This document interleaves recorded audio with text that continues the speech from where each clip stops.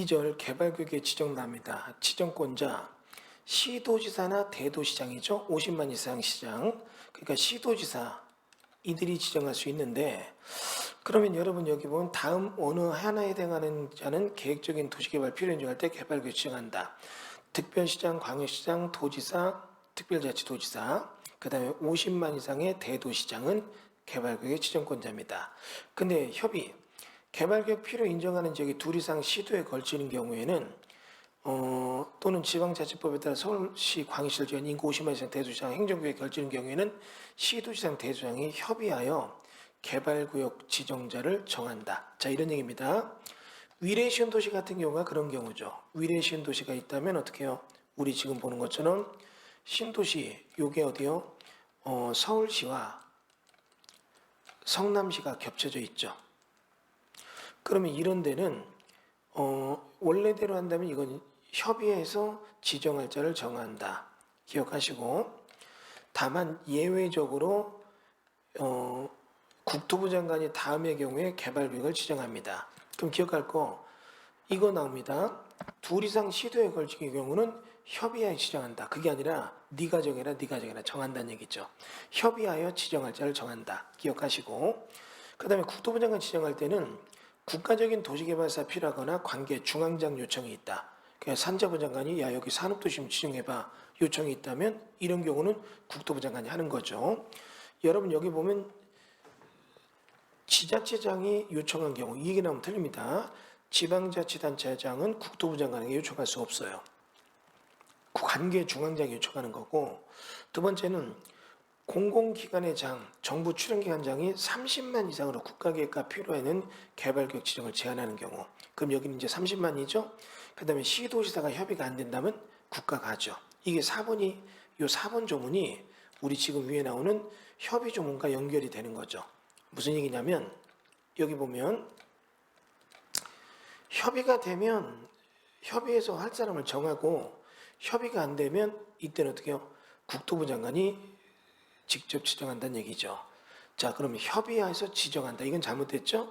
협의해서 지정할 자, 서울시장, 경기도지사 네가 해 정하는 거지 둘이 협의해 지정한다 그런 건 없다고요. 다음은 왜냐하면 지정권자를 하나로 해야지 그 개발사업에 책임을 물을 수 있으니까 협의 지정은 없어요. 협의해서 네가 지정해라 이렇게 정하는 거지 협의하여 지정한다 이게 아니라고요. 협의가 안 되면 국가가 지정하고, 천재지변 긴급사업이 있을 때는 어때요? 시도지사가 지정 안 하고 국가가 또 필요하다면 할 수 있다는 얘기죠. 그러니까 여러분 여기서 보면 개발구역 지정에 대한 얘기가 국토부 장관 하는 게 가끔 시험에 나오는데 뭐가 나오느냐. 첫 번째 이런 게 나온다고요. 지방자치단장의 요청이 있을 때 잘못됐죠. 두 번째 여기 있는 30만이 슬그머니 어떻게 해요? 30만이라는 얘기가 슬그머니 딴 데로 붙어요. 관계 중앙장이 요청하는 경우는 국토부장이 지정하지 중앙장은 30만 조건 없어요. 다만 공공기관장 LH나 정부 출연기관장이 30만 제곱 이상 요청할 때는 지정 제한할 때는 어때요? 지정이 국토부 장관이 하는 겁니다. 재밌는 거 여기다가 30만을 빼면 안 돼요. 어떤 독자적인 도시가 만들려면 30만 이상이 돼야 되거든요. 그래서 우리 이렇게 해서 국토부 장관이 지정하는 경우 5가지 기억하시고, 여기서 30만 언제 나오냐? 정부 투자기관장, LH 공사급들이 할 때 그거 기억하시고, 지자체장은 국토부 장관이 요청하는 거 아닙니다. 다시 한번 얘기했어요. 다음은 지정요청. 시장군수 구청장은 우리 동네에 개발사업이 필요하다. 그럼 얘는 손 놓고 바라볼 수게 없느냐? 대도시장을 제외한 나머지 시군구는 시도에게 개발구역 지정해 주세요. 시도에게 지정을 요청할 수 있다는 얘기죠. 이해되셨죠? 그러면 시군구청장이 개발구역 지정 요청하면 이 도시기관에 자문을 한 후 국토부령이 정하는 서류에 대해서 시도에게 제출해야 된다. 자, 그러니까 이 얘기 기억할 수 있죠? 여기 보면 개발구역이 지정되려면 시도지사가 지정할 수 있고 국토부 장관도 지정할 수 있는데, 정부 투자기관장은 공공부문이죠? 공사급. 여기는 30만 제곱이 넘어갈 때 국토부 장관에게 지정해달라고 옆구리 찔 수 있는 거고, 시도지사가 지정하는 부분에 대해서는 우리 지금 보는 것처럼 시군구는 개발구역 지정해 주세요. 여기다 얘기할 수 있다는 얘기입니다. 그래서 우리 어떻게 보세요? 여기 보면 시군구는 요청. 이 요청이라는 표현이 기억나시죠? 그 다음에 여기는 어떻게 해요? 제안이라는 표현이 나와요. 그러니까 행정청 내부에서끼리 할 때는 요청이라는 얘기가 나오고 비행정청이 행정청한테 얘기할 때는 제안이라는 얘기가 등장하는 겁니다. 자, 그럼 이렇게 해서 개발구역이 지정되는 모습들이 나오는데 요거를 여러분이 30만이라는 얘기는 공공분이 30만, 독재적 도시 얘기가 나오는 거고 여기에는 어떻게 해요? 30만 이런 얘기 들어가면 안 됩니다. 이해되셨어요? 그 다음에 어떻게 해요? 공공부문장이 아니라 관계중앙행정기관장 있다면 중장도 국토부 장관에게 지정해달라고 요청할 수 있다는 얘기죠. 자, 그 다음은 이제 밑으로 가서 지정대상 규모, 개발구역 지정할 수 있는 면적은 다음과 같다. 도시지역 1만, 공업지역 3만, 주거지역 상업지역 1만, 자연녹지 1만, 생산녹지도 1만 이상. 그러면 여러분 여기서 기억할 거 개발구역이 지정될 때 도시지역이 있고 비도시지역이 있는데 도시적인 주거지역, 상업지역, 공업지역이 있다면 주상 공업지역이 1만, 1만, 3만이에요. 재밌는 거 개발행위 토지형질 변경도 1만, 1만, 3만이었잖아요. 이게 뭐냐면 주상공업지역이 1만, 1만, 3만까지 토목공사 하는 건 개발행위인데 그거 넘어갈 때는 개발구역 개념으로 하라 이런 뜻이에요. 이해되셨죠? 다시요.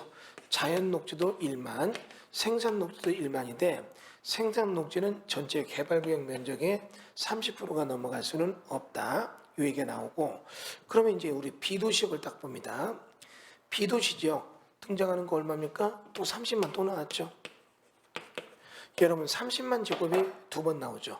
여기 공공부문의 공사급의 장들도 국토부 장관에게 얘기할 때 어디요? 30만이잖아요. 그러면 30만이라는 수치는 개발법에서 꼭 외워둬야 돼요. 왜냐? 독자적 신도시 만들 때 30만이 안 되면 독자적 도시에 자급자족 도시가 못 되고 어때요? 무너집니다. 그러니까 30만 이상이어야 되는 얘기가 비도시역에서는 30만 이상 돼야지만 개발구역 지정에서 독재적 시가지 단지가 조성된다. 이런 뜻이에요. 그럼 이런 얘기합니다. 아니 교수님 여기는 30만 안 되잖아요. 여긴 보세요. 주거지역이 있다면 여기다 좁게 해더라도 여기 나머지 주거지역과 서로 연결해서 덩어리를 만든다. 이런 뜻이에요. 그러니까 여기는 굳이 1만, 1만, 3만이면 되지 30만까지 가지 않습니다. 자, 다음은 30만이라는 기본적 개념이 등장하는데 여기서 미니 신도시 개념이 등장하죠. 여러분 미니 신도시 뭐냐? 작게 만들어도 된다. 그럼 이런 작게 만든 신도시에는 뭐가 있어야 될까요? 아파트 짓거나 이러면 아파트 지은 사람들이 살 때 어린애들은 학교 보내는 초등학교 문제가 있죠. 그리고 초등학교로 애들 보내려면 뭐가 있어야 돼요? 엄마들이 아침마다 할 때 도로가 좋아야 되잖아. 도로. 그러니까 도로 초등학교에 있다 그러면 미니 신도시 작은 도시가 나온다. 이 얘기가 등장하죠. 자, 읽어볼까요? 비도시적의 개발구역 지정은 30만 이상이 돼야 되는데 다만 공동주택 중 아파트나 연립주택 건설 계획이 있는 경우에는 미니 신도시 10만 이상이면 된다는 얘기죠. 그래서 여기서 10만이 등장해요. 근데 이런 10만 하려면 초등학교 용지 확보가 돼 있거나 도로법에 대한 도로에 대한 조건 해서 일정 도로, 4차로 이상 도로 이렇게 연결돼서 애들 등하교 시켜주는 게 문제 없게 되면 미니 신도시 10만이 된다. 이것도 기억하시라고요. 아시겠죠? 그러니까 여러분 비도시역의 도시개발구역 지정은 30만, 미니 신도시 되는 건 얼마? 10만이면 되는데 초등학교 도로가 필요하다. 기억하시고 자 지정제한 자연녹지, 생산녹지, 도시적 외의 지역의 개발구역 지정하는 경우에는 광역도시계획과 도시기본계획이 가능한 지역에서만 국토부 정하는 기준에 따라 지정이 된다. 자 다만 광역도시 도시공급이 수립되지 않은 지역은 자연녹지와 계획관리 지역에서만 개발구역을 지정할 수 있다. 그러니까 개발구역이 지정되는 땅이 아무데나 막 되는 게 아니라 자연녹지, 생산녹지, 비도시역에 지정하려면 어떻게 해요? 도시기본계획 등에서 개발가능적으로 한 대만 되고 그런 게 없는 지역은 자연녹지와 계획관리 지역에서만 가능하다. 다만 이렇게 지정할 때에 대해서는 아무데나 지정되는 게 어디냐? 취락지구와 개발진흥지구, 그 다음에 지구단위계획구요, 그 다음에 관계행정기관장 협의지역은 아무데나 된다. 자, 절 보세요. 이것도 여러분 생각해 볼까요? 우리가 배웠던 용도지역 지정, 농림지역, 자연환경 보전지역, 계획관리, 생산관리, 보전관리가 있고 주상공업지역이 있는데 일단 녹지지역은 자연녹지, 생산녹지, 보전녹지가 있죠? 그러면 개발구역 지정이라는 건 막 아무데나 막 하는 게 아니라 일단 녹지지역이야 비도시역에서는 자연환경 보전지역을 빼고 나머지에 대한 얘기들을 보게 되면 해당 광역도시계획과 도시기본계획에서 개발 가능지를 해놓은 데들이 있어. 이게 시가와 예정용지라고 합니다. 다만 여러분이 중개사 시험 볼 때 이런 표현은 안 나지만 합격하고 나서는 시가 예정용지 되게 중요해요. 그런 자리 보면 어디가 땅값 오를지 아니까. 그러면 이런 지역에 대해서는 우리 지금 보는 것처럼 녹지지역 중에 지금 녹지지역이나 비도시지역에서는 시가와 예정용지인 광역도시계획과 도시기본계획에서 개발 가능지를 한 데서만 지정되되 그런 게 없는 지역이라면 도시지역에 제일 가까운 계획관리지역과 시가지역에 제일 가까운 자연녹지 두 군데에서만 개발구역이 지정될 수 있다 이런 얘기예요. 자, 그런데 우리 지금 보는 것처럼 그런 기본계획에서 그게 없다 하더라도 개발진흥지구와 취락지구는 개발구역 지정이 된다는 얘기죠. 이건 여러분이 용도지구 공부한 걸 기억하면 이런 데는 개발구역 지정하는 게 맞겠다 아실 겁니다. 또는 지구단위 계획구역에서 이게 가능하다는 얘기죠. 그 다음에 문재인 정부가 아닌 과거 노무현 정부 때 전국토의 균형 발전을 위해서 비도시 지역의 주택 공급을 넓히겠다. 그래서 어떻게 해요? 전국토의 균형 발전을 위해서 관계자가 협의된 지역은 개발구역 지정이 어떻게 해요?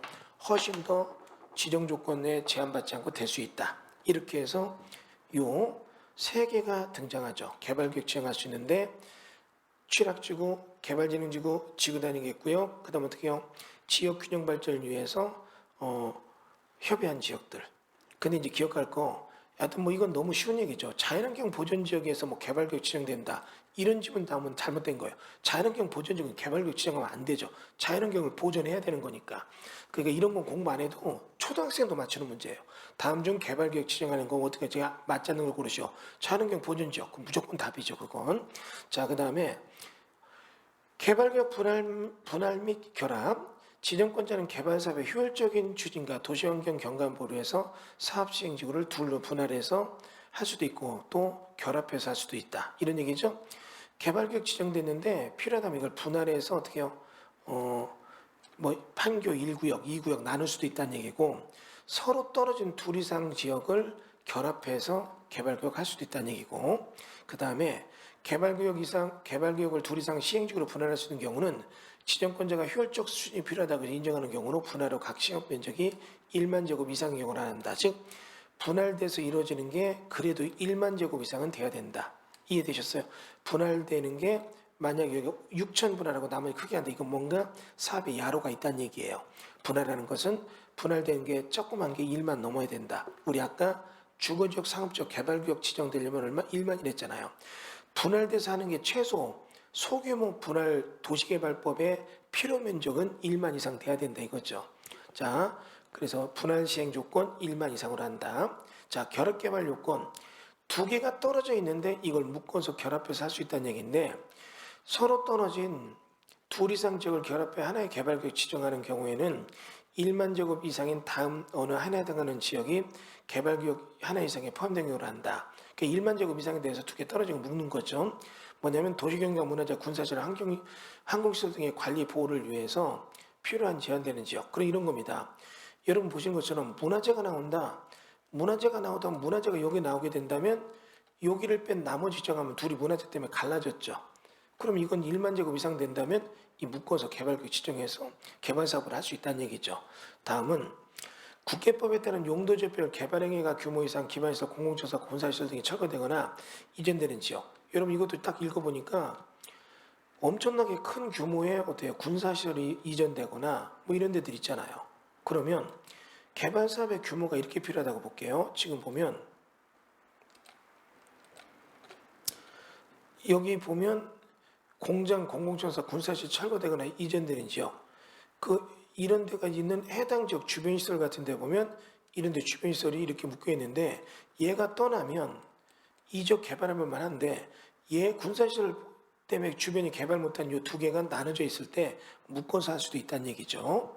자, 그 다음에 다음 어느 하나에 해당하는 지역 지구 등을 개발사업 재해방시설, 주민안정시설 재해 등을 장기적 복구가 필요한 경우를 한정한다고 해서 이런 위험 지역들은 어떻게 해요?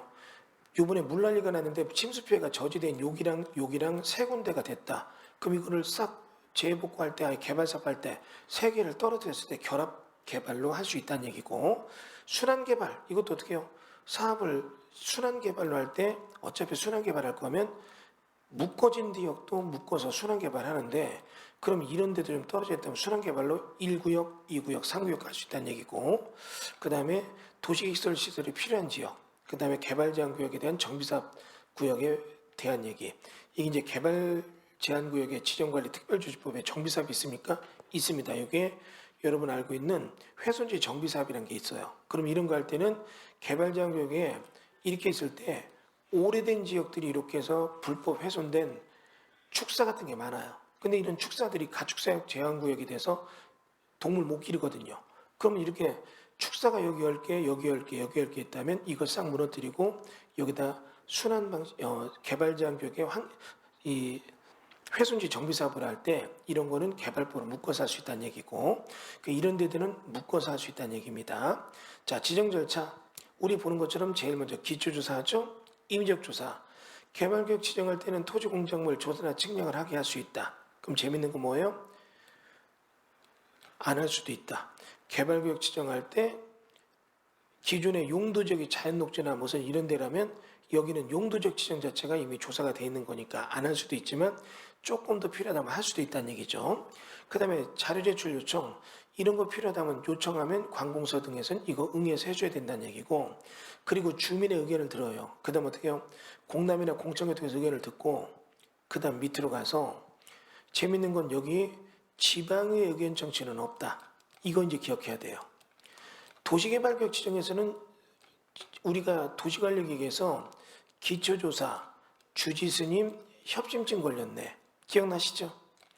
그럼 우리 여기에 나오는 것처럼 협의심의를 거치게 되는데, 여기 우리 보는 것처럼 기초조사는 임의적 사항이에요. 근데 주민의 의견 정치는 공남과 공청회를 충분히 거쳐야 되고 지방의 의견 정치는 안 합니다. 자, 이런 얘기 해볼게요. 여기 지금 지방의 의견들 모아놨어요. 그 다음 내가 경기도지사인데 성남에다가 개발구역 지정할 때 경기도의원들 모아놓고 지방의 의견 정치합니다. 그러면 어떻게 해요? 성남시를 대표하는 경기도의원은 찬성하지만 나머지 도의원들은 찬성 안 해요. 그러니까 이건 지방의 의견 정치가 객관적으로 이루어질 수 없는 그런 사항들이에요. 그러다 보니까 지방의 의견 정치는 없고, 그 대신 어떻게 해요? 이런 거에 대한 협의 심의는 거쳐서 지정이 된다. 이 정도는 기억하시고, 그 내용이 이렇게 해서 지정되게 되면 그 내용 옮겨준다. 그래서 기억할 거, 기초조사 임의적 주민의 의견 정치하는데 여기서 주의할 거, 지방의 의견 정치는 없다. 그 다음 어떻게 해요? 공남을 하게 되는데 공청회는 100만이 넘을 때 공청회를 한다. 그러니까 330만 이상은 개발계획 할 때 복합도시가 되게 개발계획 수립해야 되고, 100만 이상은 어떻게 해요? 지정의 주민의 의견 정치가 모든 사람에게 공청회를 해야 된다. 이거 기억하시고, 협의심의 지정고시 넘어가며 지정효과. 개발계획 지정되면 개발구역에 대한 얘기, 도시역과 지구단위계획 결정고시 된 걸로 본다. 자, 다만 지구단위계획 구역에 및 취락지구로 지정된 경우는 그러하지 아니하다. 그 다음에 지형도면고시는 국계법에 대한 얘기에 따라서 지형도면고시가 있어야 되지만 이건 개발사업 기간 내에 할 수 있다. 늦게 해도 된다는 얘기죠. 행위제한. 개발구역 지정되면 개발사업에 관련된 것과 다른 허가는 해주면 안 된다. 재밌는 거 여기 있는 게 뭐다? 건축물의 건축, 이런 토지용질 변경인데 하나 이 중에 꼭 볼 게 용도 변경도 안 된다. 그 다음 어떻게 해요? 나무 심는 것도 안 된다. 이게 기존 국계법의 개발행위에 플러스 뭐요? 들어간 게 두 개가 있죠. 용도 변경, 나무 심는 거. 왜 그런지 아세요? 용도 변경하면 보상이 힘들어지는 게 많아요. 특히 주거로 바꿨다. 그럼 어떻게 해요? 이주권 등이 문제가 되니까. 그리고 어떻게 해요? 나무 심으면 나무도 보상해야 되니까 이런 건 못하게 막았습니다. 자, 그 다음에 우리 보는 거 토지 분할 이런 것들은 허가 대상이고, 다음에 허가 예외, 다음의 경우는 허가 안 받고 날 수 있다. 응급조치, 농업 생산하는 거, 개발에 지장을 주지 않는 토속 재치, 개발구역에서 존치되기로 한 토지에 물건을 쌓는 행위, 이런 것들은 그냥 할 수 있다는 얘기죠. 임시식재, 뭐냐면 나무를 영구적으로 심는 게 아니라 어때요? 묘목 심어서 나무 팔려고 할 때 이런 건 된다는 얘기죠. 그러니까 개발행위에서 허가받지 않고 할 수 있는 것들이 쭉 나오는데, 이런 건 여러분이 굳이 외우지 않아도 느낌으로 맞춰요. 응급 상황이다. 할 수 있죠? 농림수산물 생산, 경제활동 할 수 있다는 얘기고, 경제활동, 그 다음에 어떻게 개발의 지장에 주지, 도시개발구역 지장에 주지 않는 범위 내에서 토속 재치, 모래나 흙자갈 조금 파가는 거 된다는 얘기죠. 다음 어떻게 해요? 존치, 개발구역 지정됐지만 여기는 존치되기로 한 땅이 있다. 우리 아까도 본 것처럼 개발구역이 지정됐는데 여기는 존치 토지가 됐다. 그럼 이 내부에서는 어떻게 해요? 물건을 쌓는 행위는 돼요. 그럼 여기서 주의할 거 4번 정도에 장난칠 수 있죠. 존치 토지에서 건축물에 건축이 된다. 그건 안 되고, 왜 건물 지면 거기 도로 상하수도 연결되는 부분이 개발사업 나머지 할 거랑 문제가 될 수 있으니까 물건을 쌓아놓는 행위만 된다는 얘기죠. 이게 이제 장난칠 수가 있어요. 존치 대지에서 물건을 쌓아놓는 행위. 이 두 개가 맞아야 돼요. 하나만 넣으면 안 됩니다. 하나만. 자, 이런 거죠. 개발구역 안에 물건의 적치는 그냥 할 수 있다. 안 돼요. 물건 적치해놓고 나몰라라 하면 개발사업 할 때 수용보상에서 복잡해지니까. 존치된 물건도 이전비도 줘야 되니까. 그러니까 어떻게 해요? 남겨두기로 된 존치 대지에 대한 물건 쌓는 행위만 할 수 있다는 얘기죠. 자, 그리고 이런 내용에 대해서 의견 듣는데 재밌는 거. 기득권보호, 개발구역 지정고시 당시에 허가를 받거나 허가를 받을 필요가 없는 행위에 대해서는 공사나 사업에 착수한 자는 여기 보면 허가받고 공사까지 해서 행위가 있어야 돼요. 외형적 변화가 있는 거예요. 그냥 허가만 받았다 이거 갖고는 안 되고, 이러한 인허가 받고 공사하고 있다면 30일 이내에 특권시군에게 신고하고 계속할 수 있다. 그게 뭐냐? 내가 고할 건지 스톱할 건지 묻는다는 얘기예요. 그래서 어떻게 해요? 고하기로 했다면 진행하는 거고, 스톱이라는 얘기는 안 하겠다는 거고, 안 한 것들은 나중에 개발사업에 진행할 때 보상 같은 게 없는 거예요. 그러면 여러분 선택해야 돼요. 내가 여기다 집 지려고 했는데 개발구 지정돼요. 그럼 내가 집을 지어 살겠다 하는 건데 내가 여기다 상가를 짓기로 했다. 그럼 상가 지면 여기 동네 개발구역 지는데서 아무도 안 와요. 사업 시행 때 다 처벌되는데, 그럼 나 상가 지면 손님이 없는데, 그런 건 내가 안 하겠다면 조용히 있으면 없어지는 거고, 나는 집 짓고라도 조용히 전원주택 생활 하다가 수용 나갈란다. 그럼 얘들은 신고하고 계속 할 수 있다는 얘기입니다. 자, 다음에 이런 거에 대해서 그냥 하면 문제가 있다는 거. 다음은 개발구역에 대한 지정의 해제 나오는데, 해제 사유. 원칙적으로 개발구역 지정되면 다음 규정된 다음 날 해제된 걸로 본다. 뭐냐면 개발구역이 지정되면 개발계획 프로젝트에서 정한 시행자가, 우리 시행자가 어떻게 사업할 것인가 실시계획을 세워야 돼요. 실시계획을 어떻게 해요? 3년 내 세워야 돼요. 그러니까 이거죠. 광교신도시가 지정됐다. 지금 그 개발된 모습이 실시계획에 나오는 거예요. 그럼 그런 실시계획을 세워야 되는데 3년 된 날까지 실시계획 안 세우면 없어지는 거예요. 다음 날. 그 다음에 개발사업 공사 완료되면 신도시만 남고 끝나는 거죠. 그 다음은 예외적 해제. 개발구역이 지정한 후 개발계획 수립하는 경우. 아까 얘기했죠. 개발구역 지정과 개발계획 수립은 개발계획 수립되는 동시에 지정이 되는 건데, 지가가 싼 지역은 구역 지정을 먼저 하고 계획 수립을 나중에 넥스트 할 수 있다 얘기했잖아요. 그럼 그게 몇 년? 2년 되는 날까지 개발계획 수립고시가 되지 않으면 2년 되는 다음날 실효되지만, 복합도시인 330만 만들 때 개발계획은 좀 더 복잡하죠. 그럴 때 몇 년? 5년으로 한다. 그 다음에 개발계획 수립고시 된 날로 실시계획 3년 내에 인가 안 하면 그때는 없어지고, 개발계획 면적 30만 이상의 경우도 5년으로 본다. 그래서 어떻게 해요? 개발계획이 없어지는 날짜, 구역 지정되고 실시계획 3년 된 다음 없어진다. 지가가 싼 지역이 개발계획 지정됐다면 개발계획은 몇 년 내 수립돼야 된다? 2년 내. 안 되면 없어진다. 해제 효과 모든 용도적으로 환원되고 폐지된 걸로 봐서 다 돌아온 걸로 본다. 해주고시한다. 자, 보안관리 부동산 투기 방지 대책, 이런 거 소문나지 않게 잘 관리해야 된다. 그래서 이런 거 함부로 주변에다가 알려주거나 그러지 말란 얘기고, 이런 거에 대한 법칙에 대한 것도 굉장히 어떻게 해요? 많이 세게 두고 있다. 그래서 이런 얘기들 여러분이 간단히 읽어보시면 될 것 같습니다.